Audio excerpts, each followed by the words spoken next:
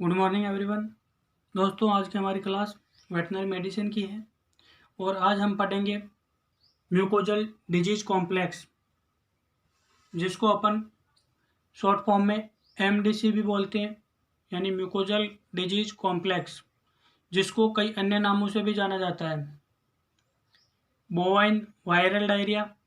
Bovine viral diarrhoea यानी virus के कारण गाय भैंस में पतले दस्त हो जाते हैं, इसलिए इसको बोवाइन वायरल डायरिया कहते हैं।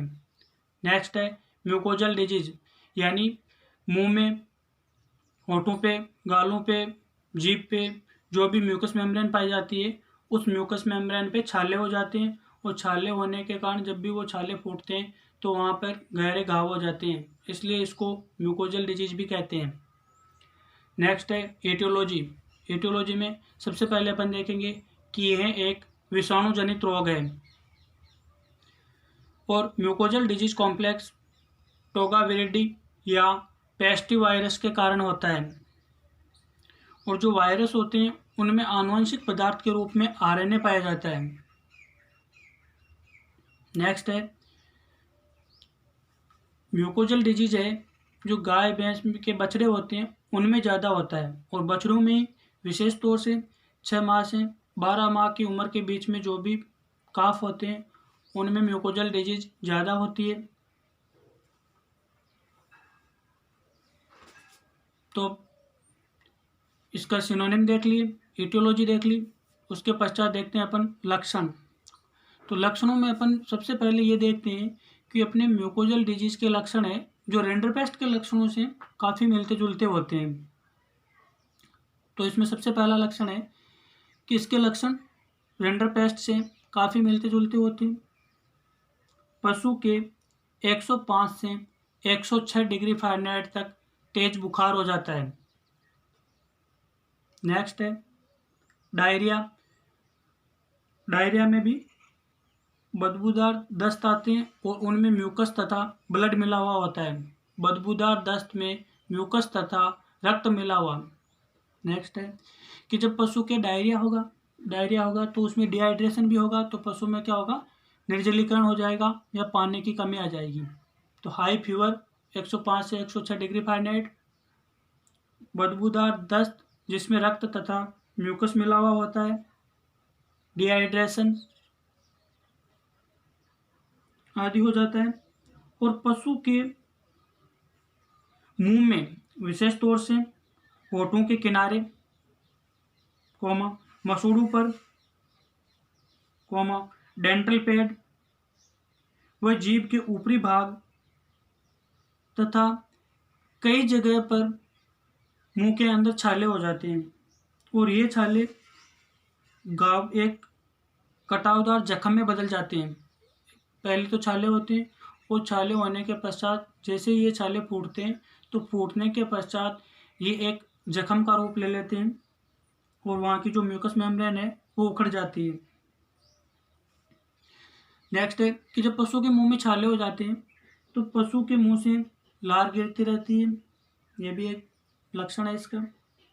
नेक्स्ट है रोगी पशु के नाक से गाढ़ा म्यूकोपुरुलेंट स्राव आता है। नेक्स्ट है पशु की आँखों से गेड आता है, आँखों से वाइट वाइट चिपचिपा पदार्थ निकलता है। और नेक्स्ट है कि इस रोग में पशु के कॉर्नियल ओपेसिटी हो जाती है, यानी आँख का जो कॉर्निया है वो सफ़ेद हो जाता है। नेक्स्ट है अपने डायग्नोसिस। तो लक्षण में अपने पढ़ा था कि जो म्यूकोजल डिजीज है उसके लक्षण है वो रिंडरपेस्ट से काफ़ी मिलते जुलते होते हैं। तो इसका डायग्नोसिस करते समय भी अपने को विशेष ध्यान रखना पड़ेगा। तो आपके म्यूकोजल डिजीज है वो रिंडरपेस्ट से किस प्रकार अलग है, इसके आधार पर ही हम इसका निदान कर सकते हैं। तो अपने को अगर म्यूकोजल डिजीज का निदान करना है तो उससे पहले अपने को रिंडरपेस्ट व म्यूकोजल डिजीज दोनों के लक्षणों के बारे में पता होना चाहिए। तो अपन इसका डिफरेंशियल डायग्नोसिस करते हैं कि अपन रिंडरपेस्ट और म्यूकोजल डिजीज में कैसे अंतर महसूस करेंगे या कैसे कन्फर्म करेंगे कि पशु के रिंडरपेस्ट है या म्यूकोजल डिजीज है। तो मैं आपको दोनों में अंतर बताऊंगा कि रिंडरपेस्ट में क्या लक्षण दिखाई देते हैं और म्यूकोजल डिजीज में क्या लक्षण दिखाई देते हैं। उसके आधार पर ही हम इसका डायग्नोसिस कर पाएंगे। तो सबसे पहले अपन देखते हैं कि एक साइड में अपने को रिंडरपेस्ट लिखना और दूसरी साइड में अपन म्यूकोजल डिजीज के लक्षण देख रहे हैं। तो सबसे पहले अपन देखते हैं कि रिंडरपेस्ट कौन कौन से पशुओं में होता है। तो रिंडरपेस्ट आपके जो गाय, भैंस, भेड़, बकरी, वह सभी जंगली जानवरों में हो सकता है। लेकिन जो आपके म्यूकोजल डिजीज है वो केवल और केवल गाय भैंस के बछड़ों में होता है। वो भी बछड़ों में होता है और केवल गाय भैंस के बछड़ों में होता है। दूसरा इसमें अंतर क्या देखेंगे अपन कि ये रोग है जो किस किस उम्र के पशुओं में होता है। तो रिंडरपेस्ट आपके सभी उम्र के पशुओं में हो सकता है और कभी भी हो सकता है। लेकिन म्यूकोजल डिजीज है जो केवल 6 से 12 माह के उम्र के काफ होते हैं उनमें होता है, सभी पशुओं में नहीं होता है या बड़े पशुओं में नहीं होता है। नेक्स्ट है, एक तो होता है मॉर्बिलिटी और एक होता है मोर्टिलिटी, यानी एक तो मृत्यु दर और एक रुग्ण दर। रुग्ण दर का मतलब होता है कि अपने पास मान लो कि एक हेड है अपने पास और उस हेड में 100 पशु है, तो उन 100 पशुओं में से कितने पशु उस बीमारी से प्रभावित होते हैं, वो आपके रुग्ण दर हो गई। और एक होता है मृत्यु दर। मृत्यु दर का मतलब होता है कि अपने पास एक 100 गाय का समूह है और उस समूह में से किसी बीमारी से कितनी गाय मरी है, तो वो हो गई आपके मृत्यु दर। तो रिंडरपेस्ट के आपके रुग्ण दर है वो होती है 100% और म्यूकोजल डिजीज है उसमें होती है 2 से 6%, यानी इसमें पूरा समूह प्रभावित नहीं होता है। नेक्स्ट है मृत्यु दर। तो रिंडरपेस्ट की मृत्यु दर है जो हाई होती है और म्यूकोजल डिजीज की मृत्यु दर है वो भी 80% होती है। पूरी 100% तो नहीं होती, लेकिन एक समूह है मान लो और उस समूह में से अगर 80% पशु है वहाँ तक डेथ हो सकती है, 80% तक पशुओं की डेथ हो सकती है पूरे समूह में से म्यूकोजल डिजीज के कारण। नेक्स्ट है कि बड़ी आंत में सूजन, जो भी दोनों बीमारी है तो दोनों बीमारी में बड़ी आंत में सूजन आ जाती है। लेकिन जब रिंडरपेस्ट में अपन पोस्टमार्टम वगैरह करते हैं तो बड़ी आंत में जेब्रा मार्किंग दिखाई देती है, लेकिन म्यूकोजल डिजीज में जेब्रा मार्किंग नहीं दिखाई देती है, वहाँ पे रक्त संकुलता दिखाई देती है, यानी ब्लड है जो क्लॉटेड ब्लड है वो इकट्ठा हो जाता है, लेकिन जेब्रा मार्किंग नहीं दिखाई देती है।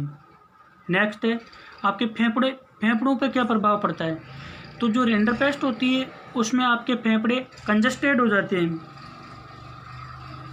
यानी उनमें रक्त संकुलता हो जाती है। लेकिन जो म्यूकोजल डिजीज है उसमें फेफड़ों पर कोई प्रभाव नहीं पड़ता है। नेक्स्ट है वाइट कॉर्निया या कॉर्नियल ओपेसिटी। तो रिंडरपेस्ट है, रिंडरपेस्ट में कॉर्निया पे कोई इफेक्ट नहीं पड़ता है, सफ़ेद कॉर्निया जो नहीं होता है या लक्षण नहीं दिखाई देता है। लेकिन जो म्यूकोजल डिजीज है उसमें आपके आँख का कॉर्निया है जो सफ़ेद हो जाता है।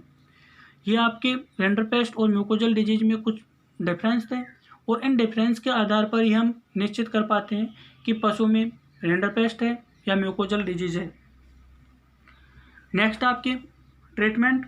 तो ट्रीटमेंट इसका कोई विशेष उपचार है नहीं, लेकिन फिर भी मैं आपको कुछ सपोर्टिव ट्रीटमेंट ज़रूर बताऊंगा। तो सबसे पहले अपन पशु को ब्रॉड स्पेक्ट्रम एंटीबायोटिक का इंजेक्शन देंगे और ब्रॉड स्पेक्ट्रम एंटीबायोटिक में भी अपन 33.5% सल्फामेजाथिन का सॉल्यूशन 33.5% सल्फामेजाथिन का सॉल्यूशन 110 से 120 mg पर kg बॉडी वेट के हिसाब से IM या IV दे सकते हैं। दूसरा है आपके कि अगर पशु के मुंह में छाले होते हैं इस रोग में भी, होठों पे, जीभ पे, तो पशु के मुंह को लाल दवा के घोल से धोए और वहाँ पे एंटीसेप्टिक क्रीम लगाए। नेक्स्ट है इंजेक्शन। छाले होते हैं तो छालों को जल्दी भरने के लिए, घाव भरने के लिए इंजेक्शन विटकोफोल 10 से 15 ml पशु को IM दें। विटकोपोल में आपके विटामिन B1, B6 और B12 होता है। अगर विटकोपोल नहीं है आपके पास तो आप इंजेक्शन न्यूरोबिन भी दे सकते हैं, और वो आपको पशु की बॉडी वेट के अनुसार देना है। 5 ml देना है, 10 ml देना है, आपको बॉडी वेट के अकॉर्डिंग देना है। नेक्स्ट है, पशु को दर्द कम करने के लिए घाव वगैरह, छाले वगैरह हो रहे हैं तो उनको कम करने के लिए अपन और बुखार भी है तो बुखार और दर्द दोनों को कम करने के लिए एक एंटीपायरेटिक इंजेक्शन है, वो भी अपन पशु के लगाते हैं। और एंटीपायरेटिक इंजेक्शन अपने को यही 10 से 15 ml के बीच में पशु को IM लगाना है। तो ये आपकी जो म्यूकोजल डिजीज़ थी वो कंप्लीट हो जाती है। इसके अन्य नाम भी हो गए, ये किस वायरस की वजह से होती है, इसमें क्या लक्षण दिखाई देते हैं, और म्यूकोजल डिजीज़ को रेंडरपेस्ट से कैसे अलग पहचानेंगे या कैसे इसमें डिफरेंस करेंगे, और अगर म्यूकोजल डिजीज़ है तो उसका क्या उपचार अपने को करना चाहिए। ये सब हमने इस क्लास के अंतर्गत पढ़ लिया है। धन्यवाद।